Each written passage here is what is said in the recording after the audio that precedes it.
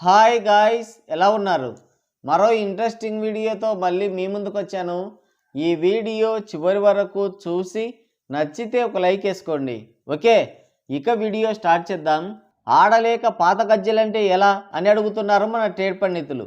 విషయం ఏంటంటే ఐబొమ్మ రవిని అరెస్ట్ చేశారు. డ్రామాల కంపెనీ వాళ్ళంతా కంప్లైంట్ ఇవ్వగానే దేశానికి ఏదో పెద్ద ఉపద్రవం వచ్చిందన్నట్టు వాడిని పట్టుకున్నారు. పట్టుకున్న తర్వాత ఏదో ఘనకార్యం ఎలగబెట్టినట్టు ప్రెస్ మీట్ కూడా పెట్టారు. అక్కడికి పెద్ద ముత్తైదువులంతా వచ్చి చేరారు.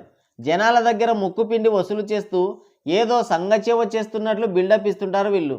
ఒకరు ఫ్యాన్స్ రక్తం దానం చేస్తూ కీర్తి ప్రతిష్టలు సంపాదించిన వాళ్ళైతే ఇంకొకరు పిల్లికి కూడా బిచ్చమేయరు. ఇంకొకరైతే తెలుగు సినిమా జనాలు సంకనాకిపోవడానికి కారకుడు. హిందూ దేవతల్ని అడ్డం పెట్టుకొని సినిమాలు తీసి బ్రతుకుతూ అదే హిందుత్వం పైన అవాకులు చెవాకులు పేలుతుంటుంది ఈ పెద్ద ముతేదువ. ఇక అందరూ అక్కడికి చేరి అసలు మ్యాటర్ని పక్కదోవ పట్టిస్తున్నారు. ఆకాశానికి వెంట్రుకకు ముడివేసినట్టు పైరసీ మీదికి తోసేస్తూ వీళ్ళ దోపిడీని దాచిపెట్టుకుంటున్నారు. వాళ్ళు పిలిచారో లేదంటే ఆయనే వచ్చాడో తెలియదు, కానీ చిరంజీవి కూడా విచ్చేశారు. ఆయన మాట్లాడితే ఆకుకు అందదు పోకకు పొందదు అన్నట్లుంటుంది. ఆకలిగొన్న కర్ణం పాత ఫైళ్ళు బయటికి తీశాడని ఎప్పుడెప్పుడో ఏకరువు పెట్టాడు. సినిమాల్లో కామెడీ తగ్గిన స్టేజ్ల మీద మాత్రం ఇరగదీస్తున్నాడు. ఐబొమ్మ రవి గురించి పెద్ద ఉపన్యాసం ఇచ్చాడు. లాస్ట్లో వాళ్ళ అద్భుత కళాఖండాలు ఫ్లాప్ అవ్వడానికి పైరసీనే కారణమని చెప్పి ఆ ఫ్లాప్స్ని వాడి నెత్తిన వేసే ప్రయత్నం చేశాడు. కానీ జనాలు నమ్మొద్దు. గేమ్ డేంజర్ ఫ్లాప్ అవ్వడానికి పైరసీనే కారణమంట. తీవ్ర నష్టాలు కూడా వచ్చాయంట. దాన్ని హెచ్డీలో ఫ్రీగా చూడమంటేనే మా వల్ల కాదని కాళ్ళ మీద పడి వేడుకున్నారు జనాలు. ఆ సినిమాకి పైరసీ వల్ల నష్టాలు వచ్చాయంటే వినడానికే ఏవగింపుగా ఉంది. మహానుభావుడు ఎలా చెప్పాడో మరి. ఎగ్జాంపుల్కి వేరే సినిమానే దొరకలేదా? పైరసీ అయిందని నువ్వెంత బాధపడుతున్నావో ఐబొమ్మ రవిగాడు అంతకు 10 ఇంతలు బాధపడుతున్నాడు దాన్ని పైరసీ చేసినందుకు. అది థియేటర్స్లోనే కాదు, ఓటీటీ టెలివిజన్ ప్రీమియర్స్లో, చివరికి పైరసీలో కూడా అటర్ ఫ్లాప్ అయింది. అదేదో అవతార్ రికార్డ్స్ కొద్దిలో మిస్ అయినట్లు, ఆస్కార్ అడుగు దూరంలో జారిపోయినట్లు చెప్తున్నాడు. మీరు డే 1 లక్ష కోట్ల ఫేక్ పోస్టర్ దించారు కదా, లాంగ్ రన్లో కూడా మన సినిమా కలెక్షన్స్ రాబట్టలేదు. ఆ పోస్టర్లకేసిన మైదాపిండి ఖర్చులు కూడా మిగలలేదు ప్రొడ్యూసర్కి.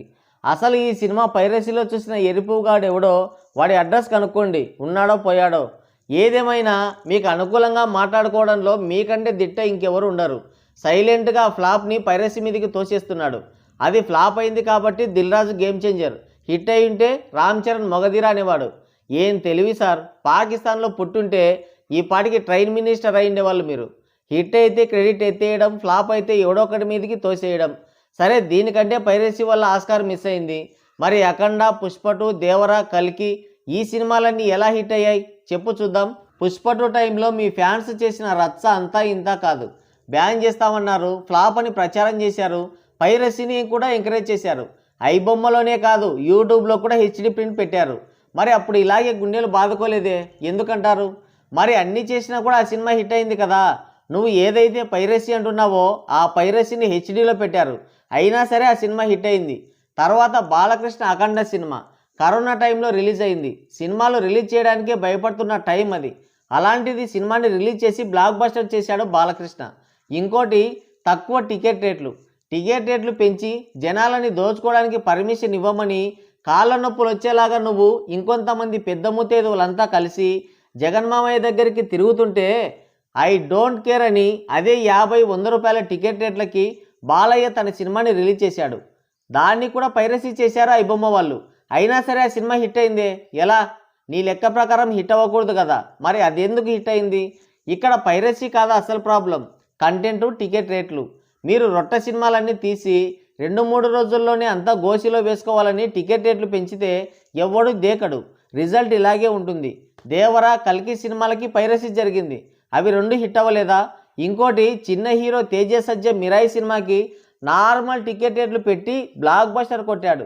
కానీ నీ తమ్ముడు పావురం బాబు కొంపలమ్ముకునే రేంజ్లో టికెట్ రేట్లు పెట్టుకున్నా గోజీ సినిమాకి గోసినే మిగిలింది. ఎందుకంటారు? రొట్ట రోత సినిమాలకి మొత్తం రెమ్యునరేషన్ దొబ్బేసి టికెట్ రేట్లు పెంచితే సినిమాలు చూసేవాళ్ళు లేరు. ఇప్పుడు మీ అత్యాశ వల్ల సినిమాలకి, ఎంటర్టైన్మెంట్కి దూరం అవుతున్నారు జనాలు. అవంతా దాచేసి ఏదో చూపించాలని, ఎవరినో బ్లేమ్ చేయాలని చూస్తుంటే జనాలు ఉమ్మేస్తున్నారు మన మీద. ఆలోచించారా? గమనించారా? ఆకలి కొన్నవాడు ఎంగిలికి ఏవగింపడన్నట్టు డబ్బు మీద వ్యామోహంతో తుడుచుకొని పోతున్నారా? అని అడుగుతున్నారు మన ట్రేడ్ పండితులు. మరి గేమ్ డేంజర్ పైరసీ వల్లే అవతార్ రికార్డ్స్ మిస్ అయిందని చెప్తున్న చిరంజీవి పైన మీ అభిప్రాయం ఏంటి? కింద కామెంట్ చేయండి. సో గైస్, ఇది వీడియో.